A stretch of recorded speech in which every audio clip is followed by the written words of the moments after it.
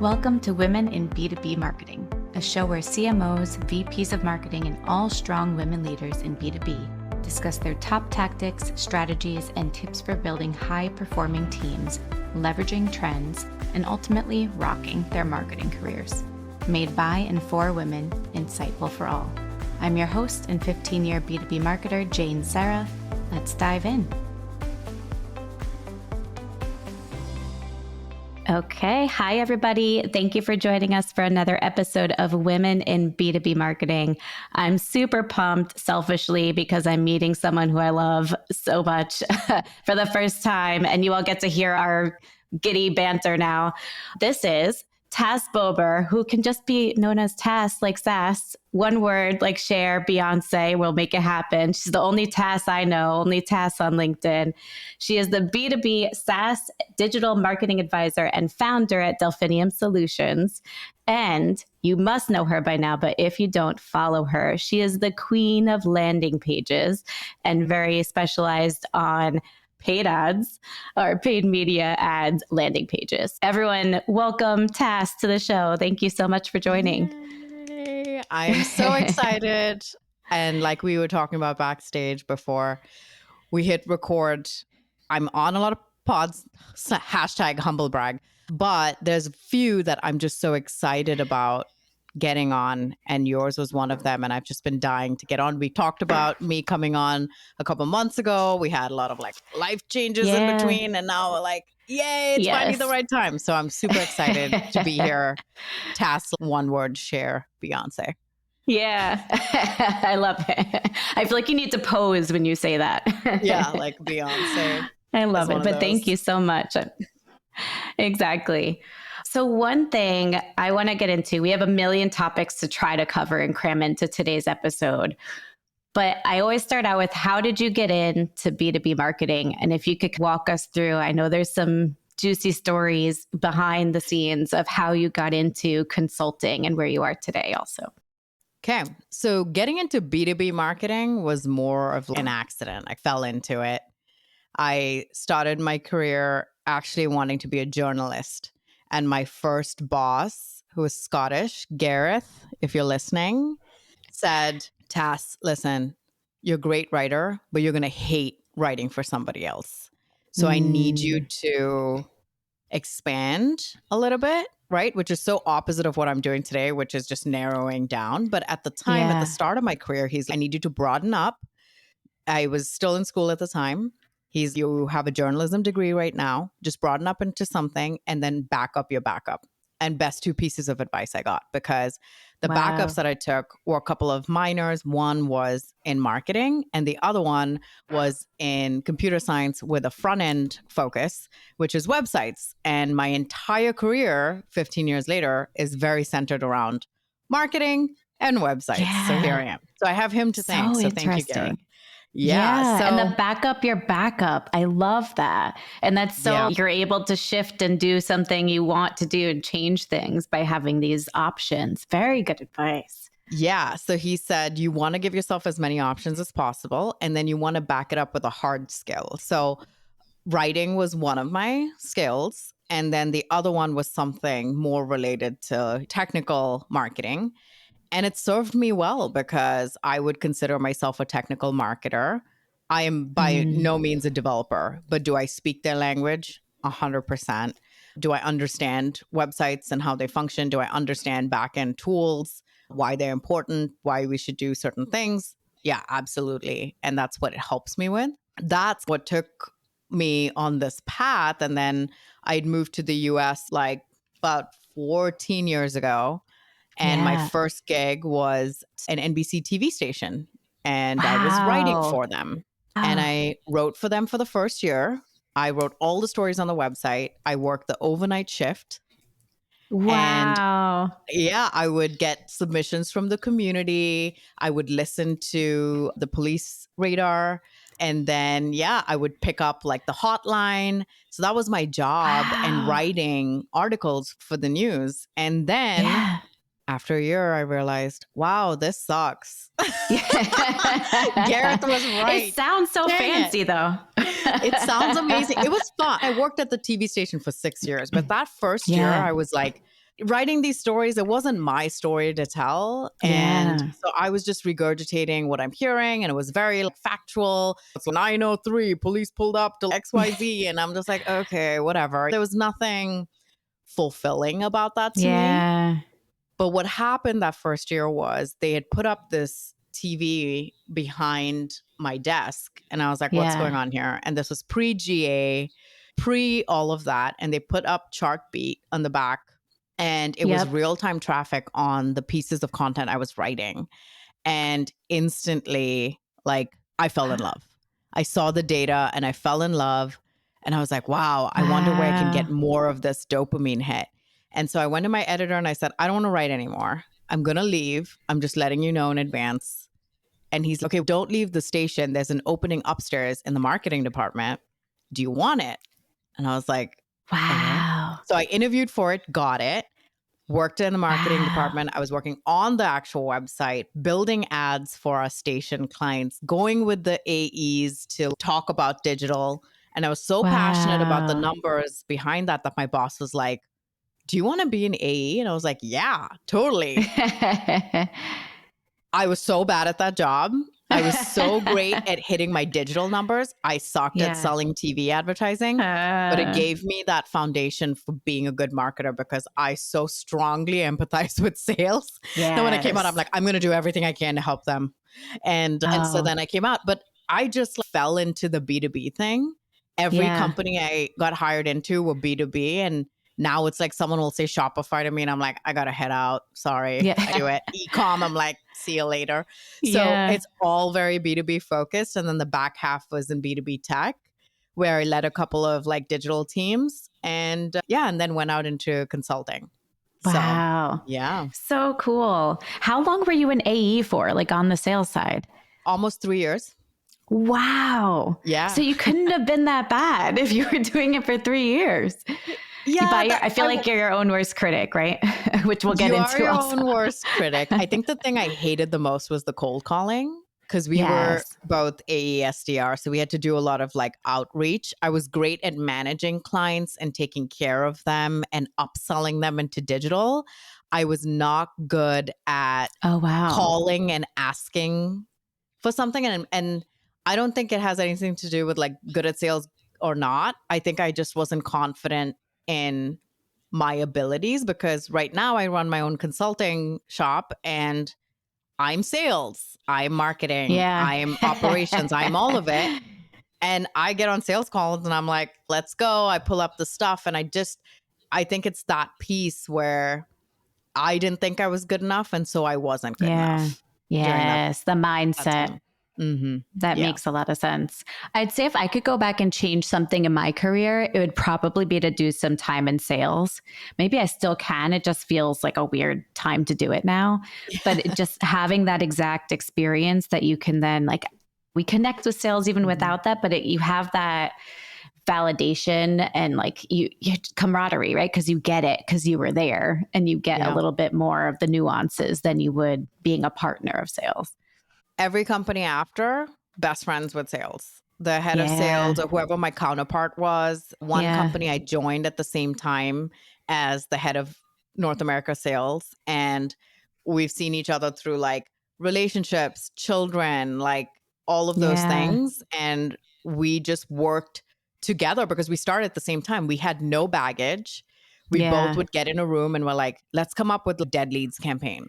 Let's do that. And like, let's dig and see. So we would look at stuff together and we're like, oh crap, this list isn't there. But he wasn't sitting there going, why isn't the list there? He was like, ooh, how do we get this together? Can I have my guys? Can you have your guys?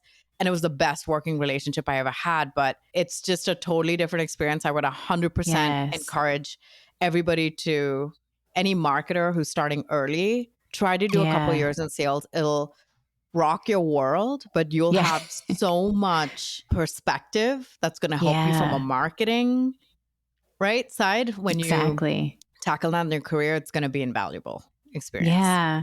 Even the thinking on your feet aspect of it, right? Where like you get questions asked of you all the time and you have to have the right answer or some kind of answer to parlay into something else. Yeah. So being able to speak to things, and in marketing, we always need to know like the elevator pitch and content, right? And how we're messaging. Like we control to the best of our ability the marketing message. But if asked, oh, what does your company do? I still feel like a lot of marketers, myself included, like suck at being put on the spot and like just describing what the company is real quick. So it gets you sharpened on those skills. 1000%. I've made that mistake even after working in sales. I've been in companies and I'm like, I don't fully know what our product does, but I'm just going to throw some stuff out there anyway and spend money. So, because you're moving so fast, you don't know all the nuances. And I just realized how much of a blind spot I had only after I'm out of it. And now as a consultant and having to onboard very quickly with products of my clients, right? How do I figure out? And I wish I did those exercises internally. We have to do that more. Like maybe it's part of a lot of SKOs or something where sales and marketing can do those, practice those efforts together and do those exercises together. So marketing gets in on it. Could be fun. 1000%. One of my clients, after I went through the whole product, Lachey and I do this buyer's journey map thing where we map out the entire product. We look at the 30,000 foot view. We looked at the detailed view. We look at the testimonials. We look at the pricing. We look at the ask. And we map all of this out.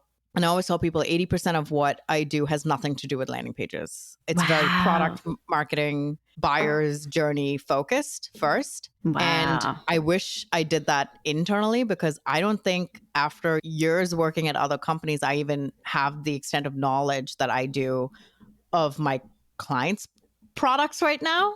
And one of my clients said, I think you might know the product better than I do right now. Wow. And I was like, okay, this Best is great. Testimonial. Yeah, I was like, write it down.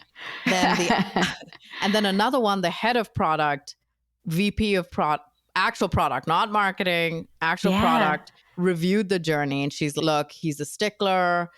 He just doesn't like anything. I'm just bracing you a little bit. And this is like the most clear anyone has ever laid out our product. Would she consider full-time? And I'm like, oh, no. Like to work on product. But I do think that if I go back into marketing right now, full-time for a company, I want to do the product marketing thing. I think another client said, you're like a DNA product marketer. And I was like, oh, I would have never like it's in your DNA? Yeah. Kind of thing? That's interesting. Yeah. So I can see that. Even just from what you're saying now, if you get product on board, that's a win for marketers. Yeah. So humble / not so humble brag, but it was interesting because, and I'm saying this because when I was in-house, I always said product marketing is probably my weakest thing. But honestly, I think it's product marketing just didn't get enough attention from me. And I think that was it. If I just dove a little bit deeper, I would have gotten into it. But we had such good product marketers that I didn't feel the need to. I just trusted the outputs that they gave me. And then I went forward, right? I didn't feel the need to up-level my skills in that area because I didn't need to. I got comfortable. Yeah, So I was going to ask what got you to go from not focusing on product marketing to focusing on it. Sounds like at first, like in-house, you had product marketers covering that. So it didn't make sense for you to spend time on that. But then when you go out solo, there's no one to do that. So it's you. So you just had to pick it up yourself and you figured out, how did you go about learning the product marketing side of things and why that was so invaluable for the landing page and conversion side of things? Oh, wow. This is such a good question. So I have a bet with Anthony Pieri that I'm like, I'm not going to mention him on the next podcast. That's what I always say that. I've been on like 20 and I've mentioned him every single one. And it's I think I might know of him from you. I think so. Yeah. And now I'm just annoyed. So I'm going to tell him again. Is he paying you? Yeah, everybody's going to think that there's some commission. kind of weird commission thing going. He should pay me. Anthony, if you're listening, you should pay me. PR. Yeah, you should pay me for all this free publicity. But sometimes I don't know whether yours is good or bad publicity. It's all good. It's all good. But so with product marketing being my weakest, when I came out and I was starting to do landing pages, I started out very traditional landing page type stuff, right? So very focused on the CRO stuff. And I'm like, okay, but I knew that traditional CRO doesn't work for B2B. It just never has, even internally. And a lot of the results are lagging in results, right? Because the journey isn't linear. So you're going to see the fruits of your labor today, a quarter from now, or next year. And one of the things when I started posting on LinkedIn and I got really focused about the content, I am very specific about the people that I interact with and the information that I consume. You know how people complain about the feed all the time? I don't hardly ever scroll the feed because I will get sucked in. I don't scroll. Yeah. I find interesting people. I set my notifications to on, which is why I show up on your content, is because I have notifications set for you. It's rare that I will interact with people outside of that. So if you're listening and I interact with your stuff, it's because I have notifications set. Wow. And when I found Anthony and Rob, they were doing the whole product marketing, explain like I'm 5. And so when I saw some of the graphics, I was like, this is perfect. This is exactly what I need. I need to understand some of the background stuff here. So they were like my asynchronous teachers via LinkedIn. Yeah.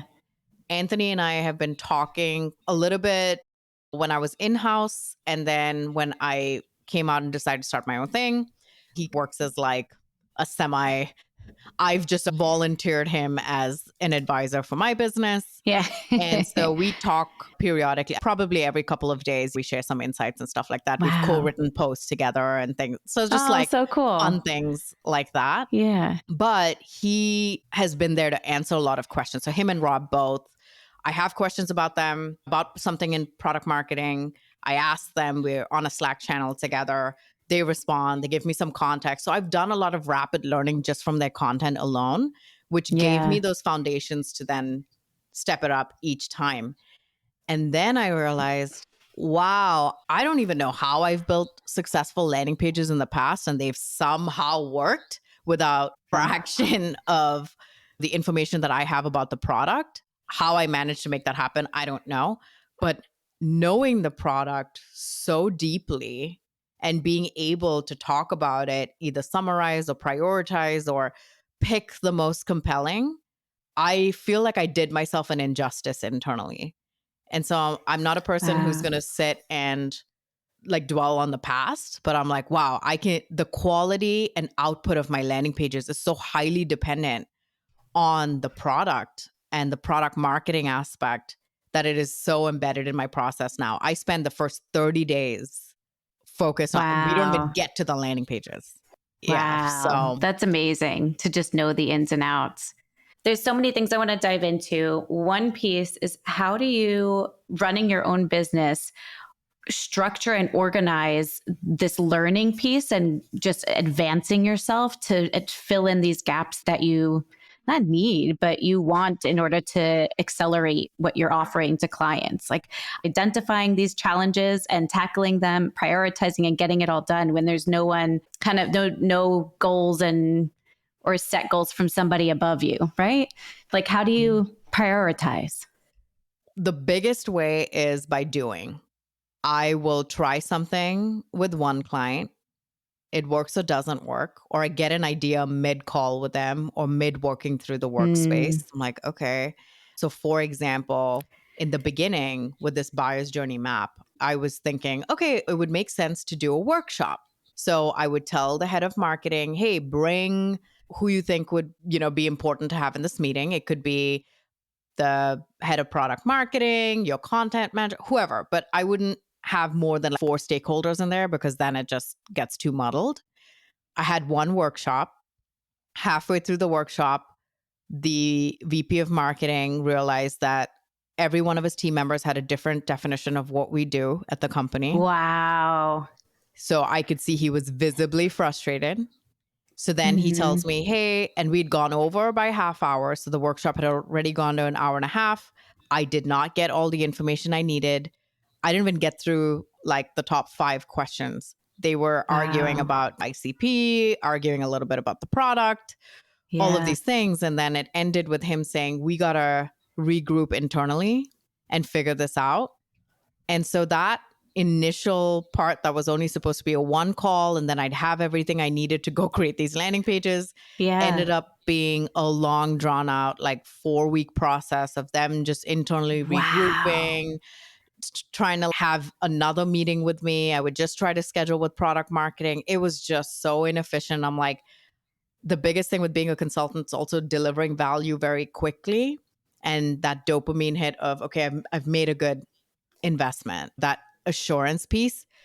And it was Yeah. just not looking good at that point. Luckily, I had a Wow. good relationship with him. So I would check in on him on the side and I'm like, hey, I still haven't gotten another call set up. I'm having trouble scheduling.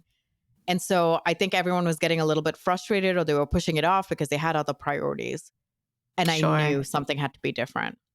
Anthony and Rob and those guys, they do workshops very successfully. But I think the reason is they talk to the founders. They're early stage startups. They talk to the founders. The founders get to make the decisions on the spot. These guys get to guide them, right? I Yeah. work with growth stage companies. So they're older. They have a lot more money. Things have changed hands multiple times. I'm not talking to the founder. And so it's like a game of telephone. Over the years, Yeah. it's changed. Everybody has a different opinion of it. And it just Yep. didn't work for me. So I think the starting point is always looking at your peers and seeing what works for them, trying it out yourself and realizing it does or doesn't, and then iterating that Yeah. process from there. It's very similar to landing pages, right? You're just testing and iterating Yeah. as you go. So I Yeah. changed it for the next client. And I said, look, it'll probably take me less time to just go over some documentation than actually Yeah. having this meeting where everyone's frustrated. So I ask for 4 pieces of documentation to start off. One is any ICP and messaging documentation, which they should have at the stage that they're at. 2, any battle cards for competitors, only the top 3 or 4. Any Nice. testimonials they want to give me, that kind of stuff. The sales pitch deck to make sure that they're delivering on the promise of what I'm going to put on the landing page. And Yeah. deep product information. So sometimes it's an internal product site, a data sheet, something like that has some of the latest features or at least the biggest ones, things like that. Product Yeah. information. I take that and I spend an entire week just diving deep. It's like a person getting ready to like, it's like Matthew McConaughey in a movie, right? He just like Yeah. embodies the character. I become Yeah. the product at that point. And Yeah. at this point, I've shifted my focus to being the buyer. If I am a Yep. buyer of this specific product, what information do I need in order to self qualify and potentially choose this vendor and put them on the short list for evaluation? And so I look at what product category is this? Who is the ICP? What is the primary thing the ICP is trying to figure out? How many products are there, which is your best performing product, right? And then Yeah. breaking the product down using Anthony and Rob's value proposition canvas. Our businesses work close together. I use it Yeah. to teach myself about the product, but if it's positioning and messaging, that's all them. Go over to them. I Yep. understand your social proof, not just the ones you own, but what people are saying about you when you're not in the room. FAQs, handling objections in the FAQ section. And then Yeah. finally, the ask, which is if you're asking for a demo or a meeting, then what can they expect? Right. And I posted about that Yes. today. So, what can they expect in the process? And then I have a meeting where I walk them through the completed buyer's canvas. And then they get to say, yes, no, here's a few little tweaks, whatever. Good, 60 minutes, it's all done. And then they may make a few comments. And then I start working on the landing page wireframes. Wow. I love the process. I'm curious, when people come to you in marketing teams and leaders, do they already have the campaigns ready and they just need the landing page asset? Or are you working hand in hand? Like you're creating ideal landing pages and then they make adjustments to the campaign and you work together? Yeah. So that's another iteration in the process. So in the beginning, I was like, okay, the requirements are that you need to be running paid. I don't care how much you're spending. You could spend $2,000 a month. You could spend $500,000 a month. It doesn't matter. Yeah. I just care that you're sending some traffic so that we can see with statistical significance if there are changes that we need to act upon. And one of the things I realized is my landing pages can only do good if the campaigns are set up correctly. And 9 times out of 10, they're not very clean. I have a paid partner that I worked with when I was in-house. He was at an agency. Oh, cool. I've worked with dozens of agencies. He as a person was the perfect blend of strategy and execution and just being a good person and with the right moral and ethic code and very proactive. We're very good friends, especially now. But when I went out on my own and when I realized that's a need that I have, I basically messaged him and I said, you have zero choice in working with me, but you have to. So I pay him as part of my engagements. I pay him to do audits for my clients. And so they can pick 2 paid accounts. Typically it's Google Ads and LinkedIn. Those are primary for B2B. He goes through them because I pay him. He gives them very detailed information on what needs changed and fixed. While they're cleaning that up, I'm getting the buyer's journey canvas together. And then by the time I go and create the landing pages, the ad accounts are cleaned up, and I know that I'm giving my landing pages the best shot of success. So it's selfish, but the client gets the audits anyway. Yeah. And most everyone times wins because performance is better. Wins. About half of the time they figure out that whoever they have agency-wise or freelancer isn't doing the best job, and then they end up wanting to work with my partner, which they totally can. That's a separate engagement and they can totally go and work with him. Totally great. And then others are just like happy and grateful for the information and they implement it right away. So they know that everything's in good standing. It's not one piece without the other. Oh, that's so good. And you're like a personal lead magnet for him, for your friend who's the paid ads guy. I told him to make me a source in his CRM. And he's like, you're probably the only source of my CRM. He doesn't need to track it. It's all Tas. I love that. Speaking of landing pages and the campaign performance overall, you mentioned a couple of things so far, right? Like this, a lot of times your customers aren't doing the pre-work that's needed with mapping out the buyer journey and getting the product marketing together. The other thing is there's ad issues, right? Something's set up wrong and it's not driving the right or enough traffic. What do you see as like the number one issue when it comes to landing page performance, any aspect of this campaign performance, like the issue that you just see the most that you're sick of seeing or that we should be aware of? That a lot of companies don't have them and send them to the homepage. I can see that lazy. Lot. Yeah. And it's funny because now that I've opened the can of worms with Anthony, I guess I might as well keep going. But Anthony said, look, in your content, you need to be doing more public audits. And I was like, okay, I would. But the problem is for me to find companies that don't send people from paid ads directly to the website, it's hard for me. I have to figure out some random keyword combination to find out. And I try different types of software and I try different things. And finally, I'll end up on a landing page. I'm like, okay, this is a landing page. This is not just your homepage. And now I can go through and give feedback on it. So sometimes it's like just not time effective for me to go through that and try to find something.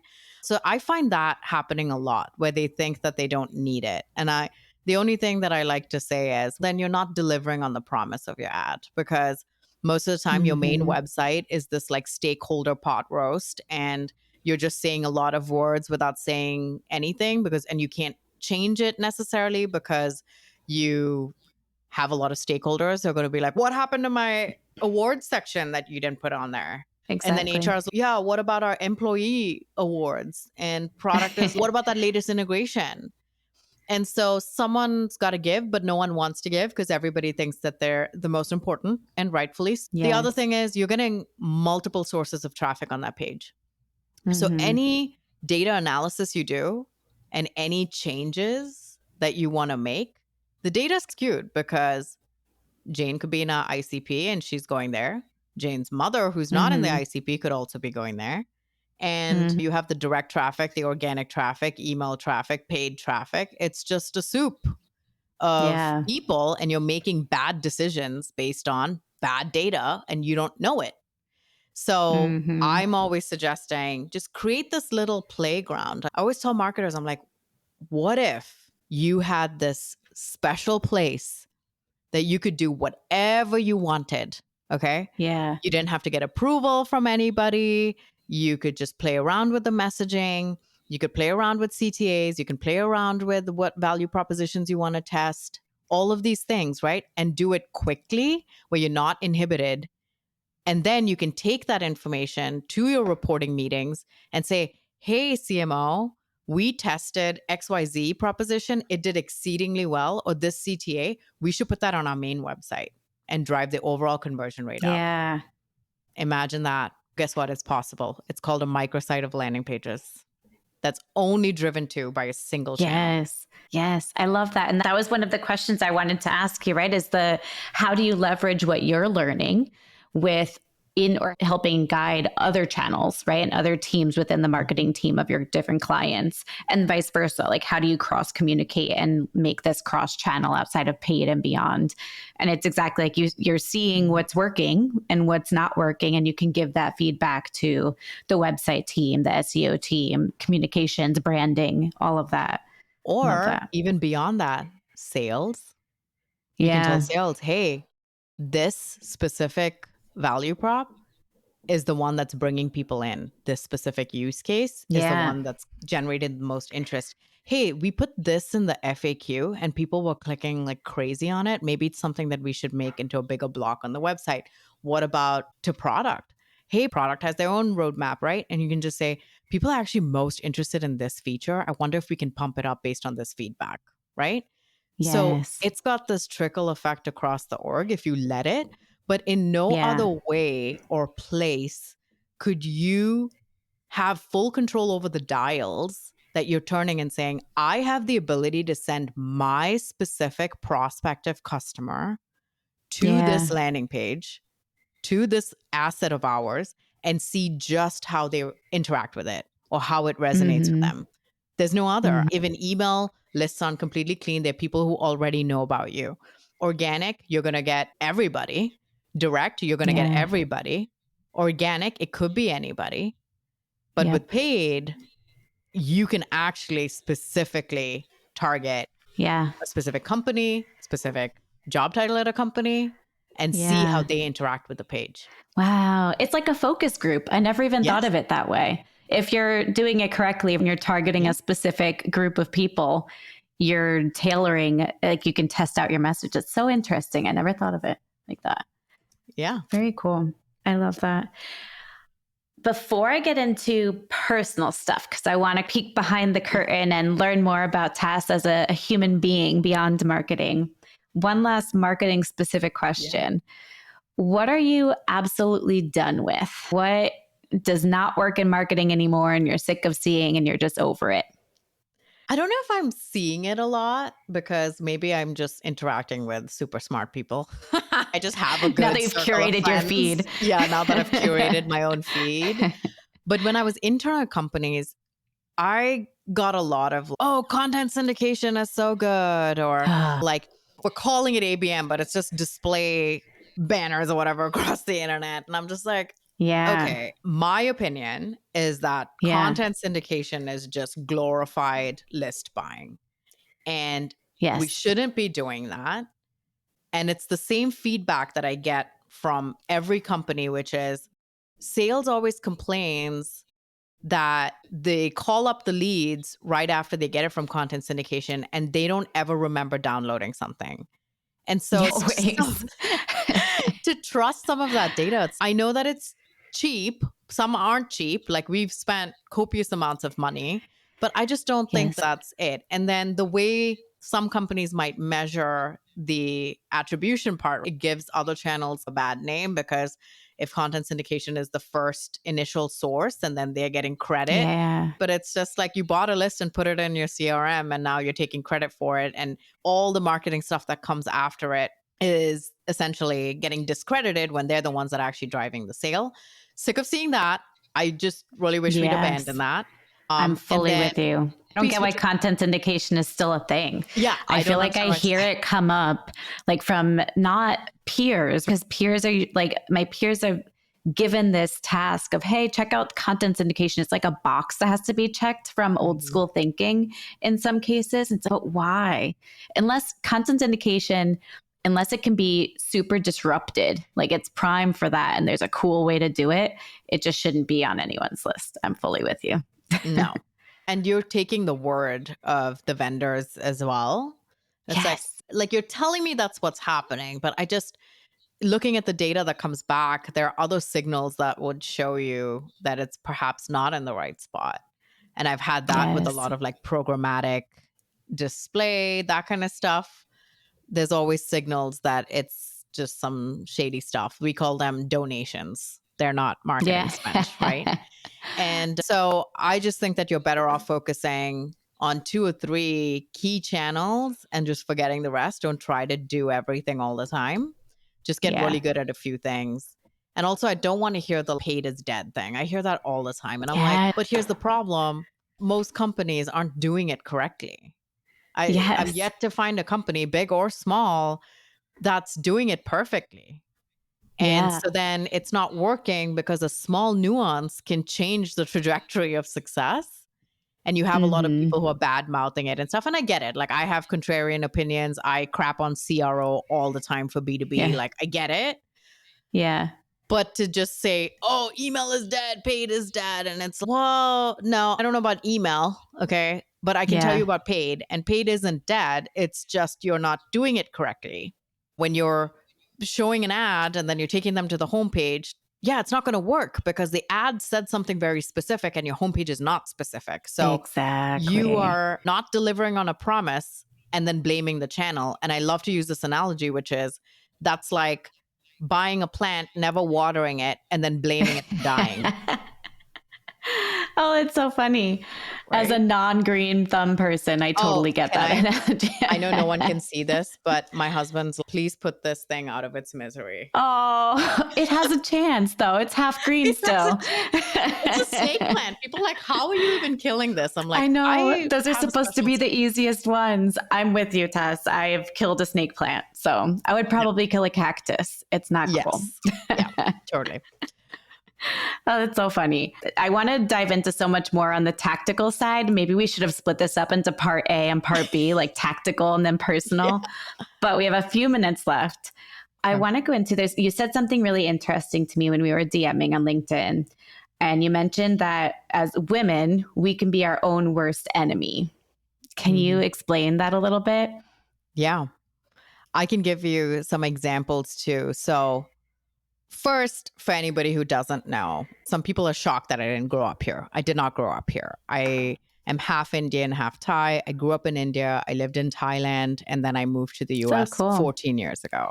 And one of the reasons that I had initially left India is because I didn't fit into this box that they typically wanted women to fit into. In Asia, Europe, and maybe this has changed, right? I haven't been back in a long time, so I don't want people to come for me. Don't come for me.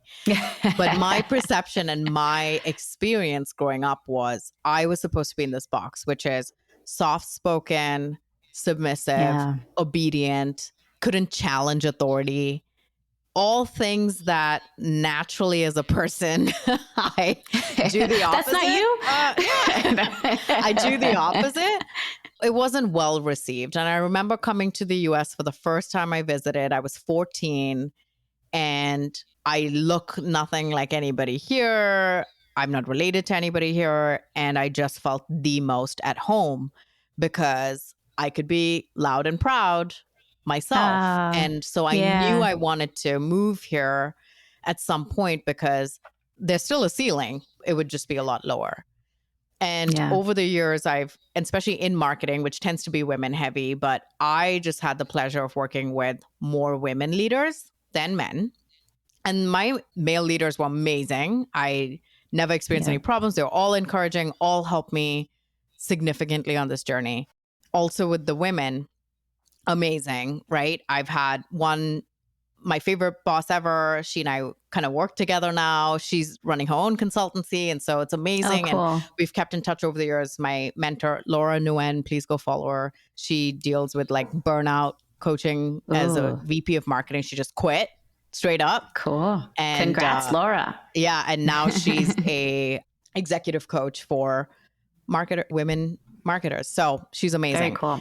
So I've had amazing women, and sometimes I feel like maybe, and it's less about them versus me or anything, but sometimes it's their own insecurities projected on me or how they ran teams. For example, at one company, I had a woman boss who definitely had a chip on her shoulder about being a woman and having it hard.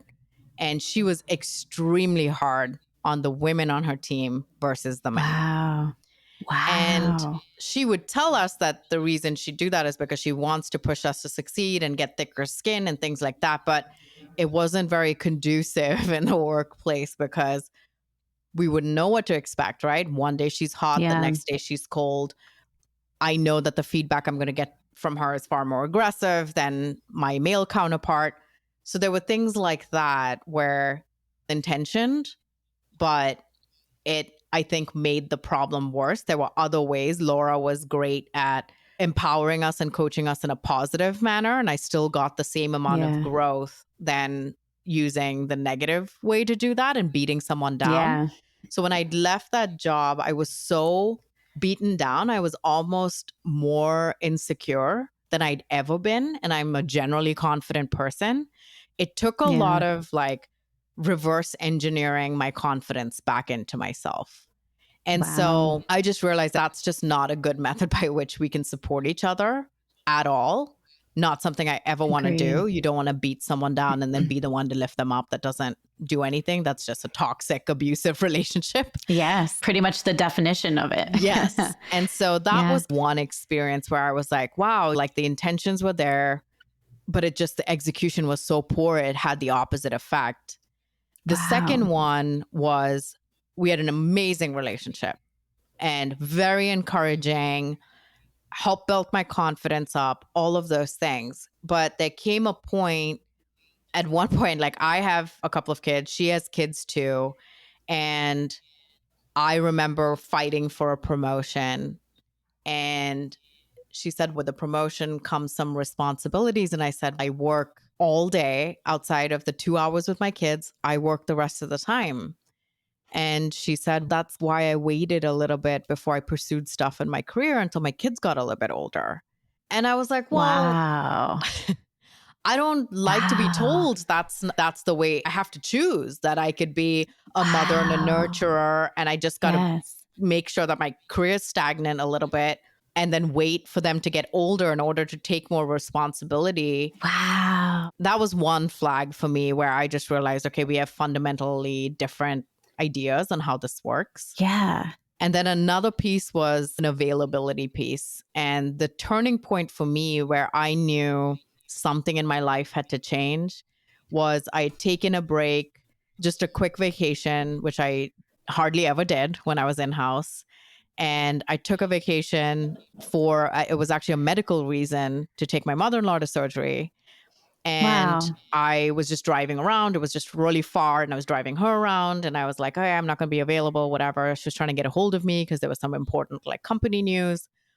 We're on the phone and she's, look, you've been hard to reach. And I said, while you're on vacation. Yeah, I'm like, I was out for medical reasons and I told you I'd be driving around. And she's, look, you want to be promoted and you want some senior leadership. Like you just gotta, this is what it is. You gotta be a little more available. And then she said this sentence to me, which just changed everything for me. And it was, even when the CMO calls me and I'm on the beach with my children, I pick up the phone. And that was the point I realized that's not the life I want to lead. And that I can be successful and still be present with my kids. I can do this and be a mother. and be a Yes, good you one. can. I can't do one without sacrificing the other. And this whole thing was to help prove that to myself. And so that was the turning points for me. And I'm a big Yeah. believer in like adversity will help make the brightest of flowers bloom. It's like when you put fertilizer on a lawn, right? I hate to use a Yeah. shit analogy Another for it, but plant. Yeah. Oh, yeah. another plant analogy that Manure. I'm Yeah. terrible at, by the way. But yeah, so I just knew, okay, this is Wow. fine. Adverse situations are going to help me, but it did propel me. And so sometimes when people are like, what's your motivation? And I'm like, honestly, it's all the people who told me that I couldn't. And I know that's not the bigger person thing to Yeah. say. And I should be like, oh, my motivation are my kids and my that. No, I just, Yeah. someone told me that I couldn't. And I said, watch this, Watch Usher. me. Yeah, watch me. Yeah. And I'm going to do it. Yeah. And so here we are. I love that. So, a big question that I ask on this show, and I need to make sure I get to it more often because I always get great answers, is what is a really impactful moment in your career? I think that must have been one for you, right? Because it just clicked for you. This is not, I don't want to be how this person's life is. That is not what I want. So, how do I curate the life that I want for myself? Yeah. It's also, it feels like there's, and I don't want to bring age into it because it's not so much age, but it's, there's been a generational shift. There always are. But there used to be, when I was starting out in marketing, women were kind of pit against each other. It was that kind of mentality of you have to be available all the time. You need to tell people if you're signing off, you need, like, where you are at all times. It was just a different way.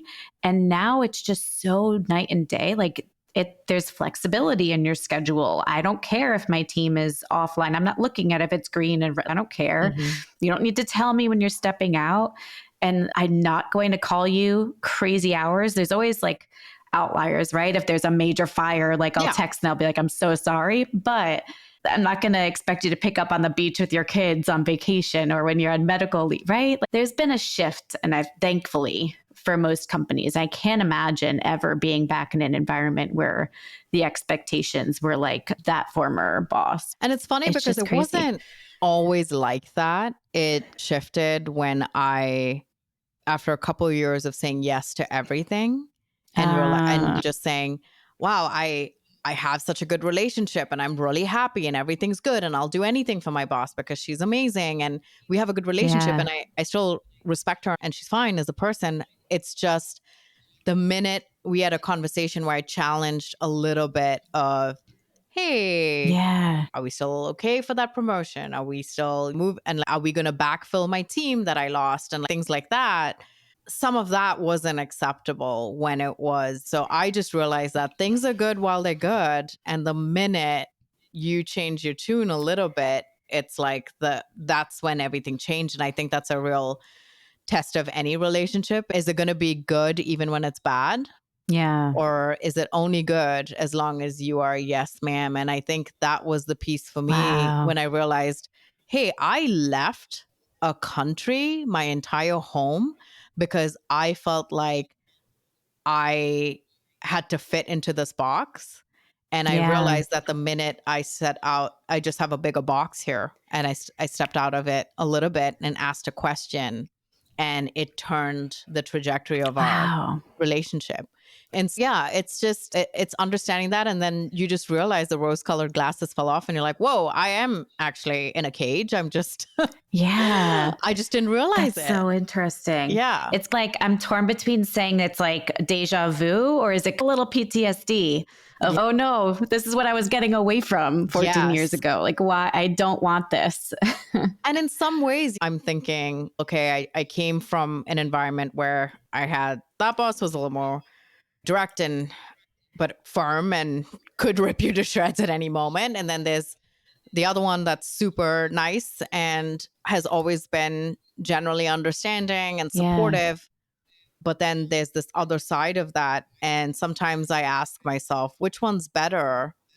The straight shooter that's a little bit harsh or the one where it's a little bit more smoke and mirrors? And I think that I was more caught off guard with the second one than the first. And at least I knew what I was getting with the first, even though it was crazy. So I wouldn't say either are great. And Option they're not. C. Yeah, option C, like be neither.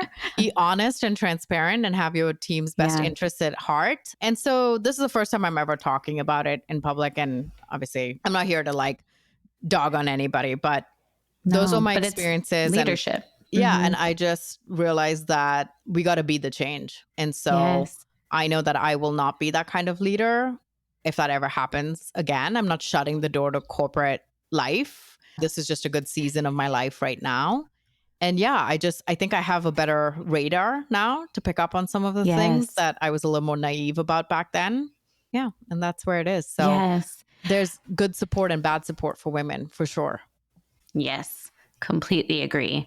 I know a lot of our listeners, I know we're over, but if you have a couple more minutes to spare. Yeah. Thank you. One thing you told me that you're going to be doing more, which I love, is sharing more like building in public, right? Where you'll be sharing behind the scenes of building your own business and going out on your own. Because per the story you just told, I know so many of our listeners are going through similar situations or layoffs, right? Or they're just rethinking their priorities. A pandemic just switched everything for all of us. So I know a lot of people are thinking about that, and it's appealing, right? This freedom, like I don't report to someone, I'm not presenting to a board and creating decks on this, right? But there's all these other, you're like sacrificing or giving up those things, but in exchange for other things that we don't hear about. We're just thinking of like the glory of starting your own business, being your own boss. But you're going to want to tell us a little bit more about what we can expect to see from you. And I think you said you and Lachey are both going to be doing this a lot more, which I'm pumped to see both of you doing.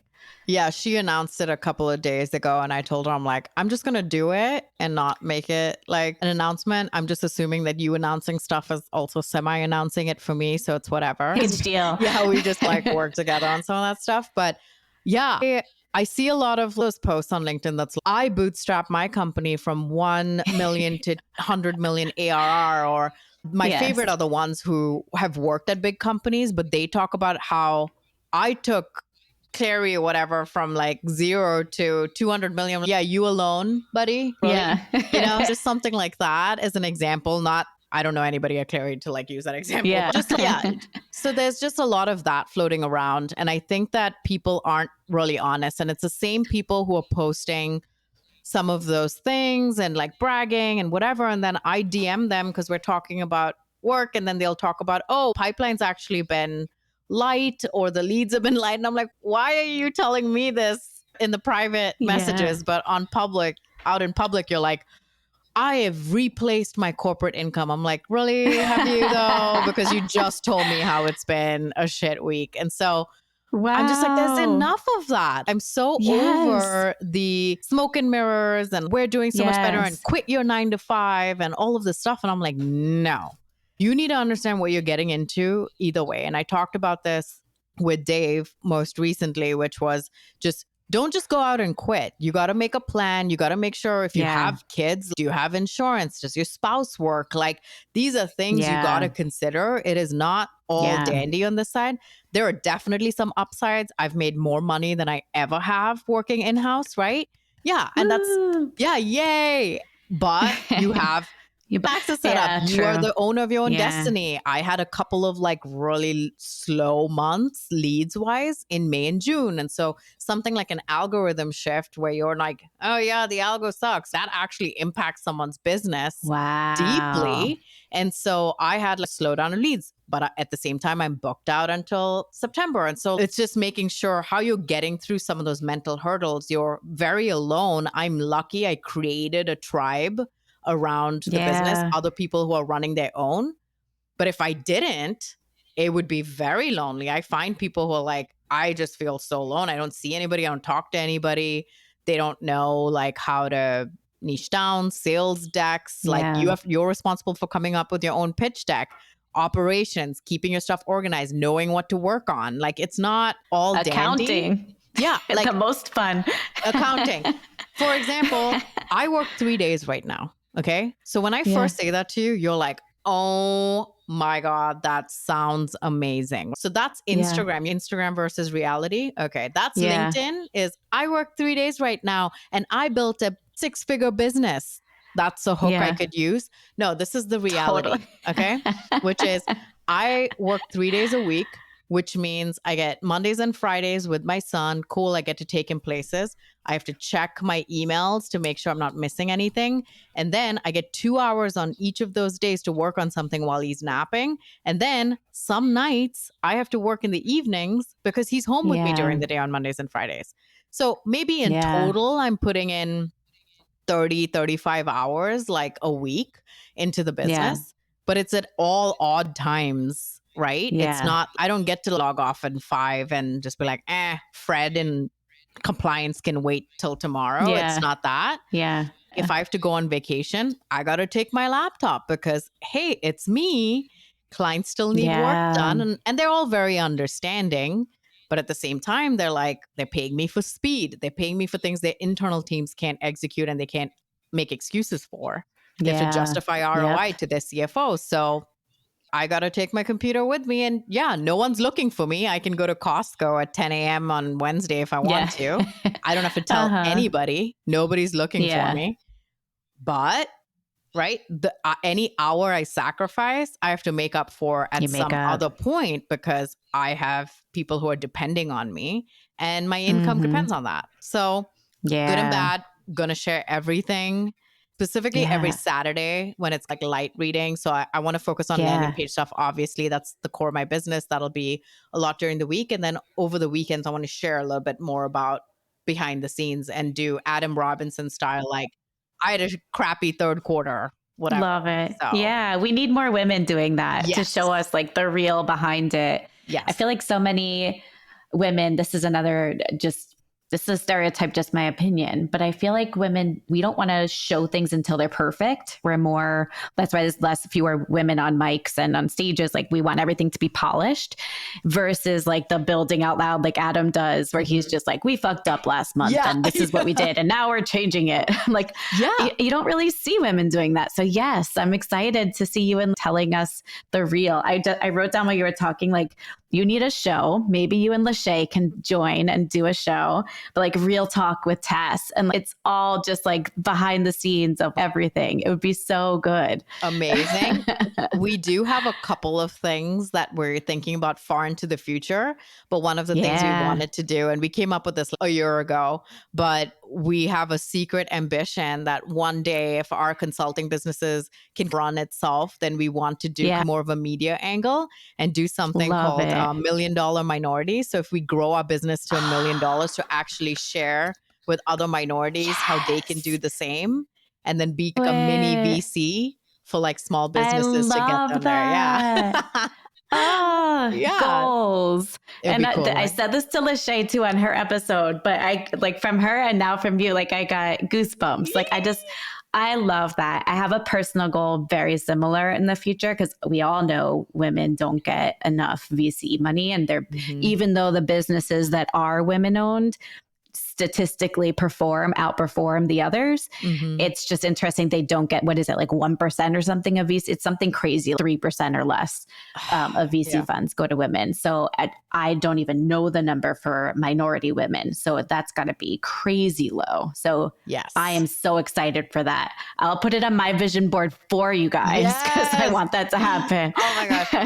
And that was one of the reasons I started writing on LinkedIn. I looked on there and I was like, where are all the women and where are all the people of color? Like, I don't say, and I'm glad to say a year later, there's a lot more. I'm seeing that a lot more, but it's still very predominantly male and white. And so for me, I'm like, I just want to be a voice. And at the end of the day, I want to be a good example for my daughter. She's interracial, she's mixed. And I want her to understand that she can do whatever the fuck she wants to do. And I'm going to be fully behind her. So I love it. Oh, like goosebumps again. I love that. Any kind of mom talk gives it to me. Yeah, exactly. Oh, Tas, I feel like I could do a whole series with you. I'm so sorry we went over. I hope you don't have another meeting that is late 10 minutes, and angry with you.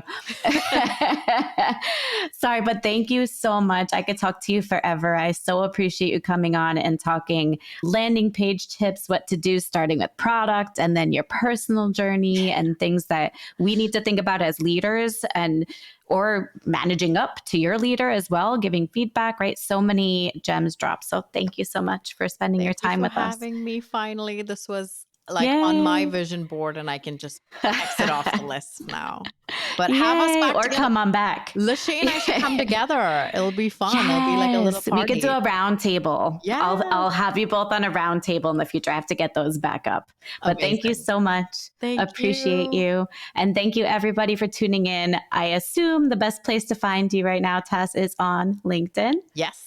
I'll drop a link. You also mentioned a couple people I'm going to drop links for in the show notes. So everyone check that out.